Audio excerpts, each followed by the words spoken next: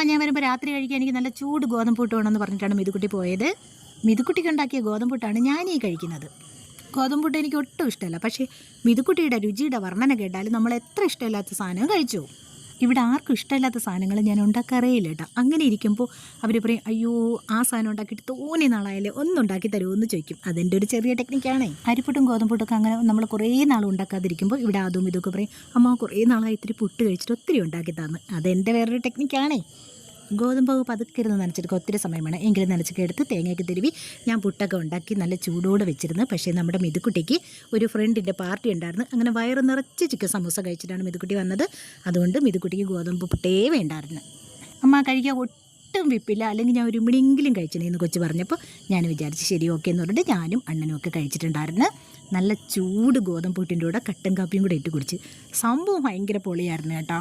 നമ്മൾ സ്ഥിരം കഴിക്കുകയാണെങ്കിൽ ചിക്കൻ ബിരിയാണി പോലും വറുത്തൂരി എത്ര സ്വാദുള്ള സാധനമാണെങ്കിലും നമ്മളൊരു 5-6 ദിവസം ചേർത്ത് കഴിച്ചാൽ എന്തായാലും അടുത്തു പോകും. അതുകൊണ്ട് ഇതുപോലെ ആണ്ടിലൊരിക്കൽ കഴിക്കുകയാണെങ്കിൽ നമുക്കതൊക്കെ ഭയങ്കര ടേസ്റ്റായിട്ട് തോന്നും. അങ്ങനെയാണ് ഇന്നത്തെ ഈ ചൂട് ഗോതമ്പ് പുട്ടും കട്ടൻ ചായ എനിക്ക് ഭയങ്കര ടേസ്റ്റായിരുന്നു കേട്ടോ. ഈ ആവി പറക്കുന്ന അതിൽ ശരിക്കും തേങ്ങയും കൂടി ഇട്ടപ്പോൾ എൻ്റെ അമ്മ ഒടുക്കത്തെ രുചിയായിരുന്നു. വെറുതെ പറയുന്നതല്ല കേട്ടോ. വല്ലപ്പോഴൊക്കെ ഇതൊന്നും ഉണ്ടാക്കി കഴിച്ച് നോക്കണം, അടിപൊളി ടേസ്റ്റാണ്.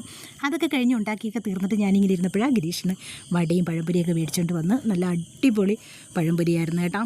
സ്ഥിരം മേടിക്കുന്ന സ്ഥലത്ത് നല്ല മേടിച്ച വേറൊരു സ്ഥലത്ത് നിന്നായിരുന്നു. അപ്പോൾ നമ്മളൊക്കെ പറയുകയും ചെയ്ത് നെയ്യിലേക്ക് ഒരു പ്രത്യേക ടേസ്റ്റ് ഉണ്ടായിരുന്നു. അതേപോലെ തന്നെ പരിപ്പോടെ കഴിച്ചിട്ട് നമ്മുടെ മിതുക്കുട്ടി പറഞ്ഞു, അമ്മ ഇതിൻ്റെ അകത്ത് ഫില്ല് ചെയ്തേക്കുന്ന മസാലയൊക്കെ നല്ല ശരിക്കും അടിപൊളി ടേസ്റ്റ് ഉണ്ടല്ലോ ഒന്ന്.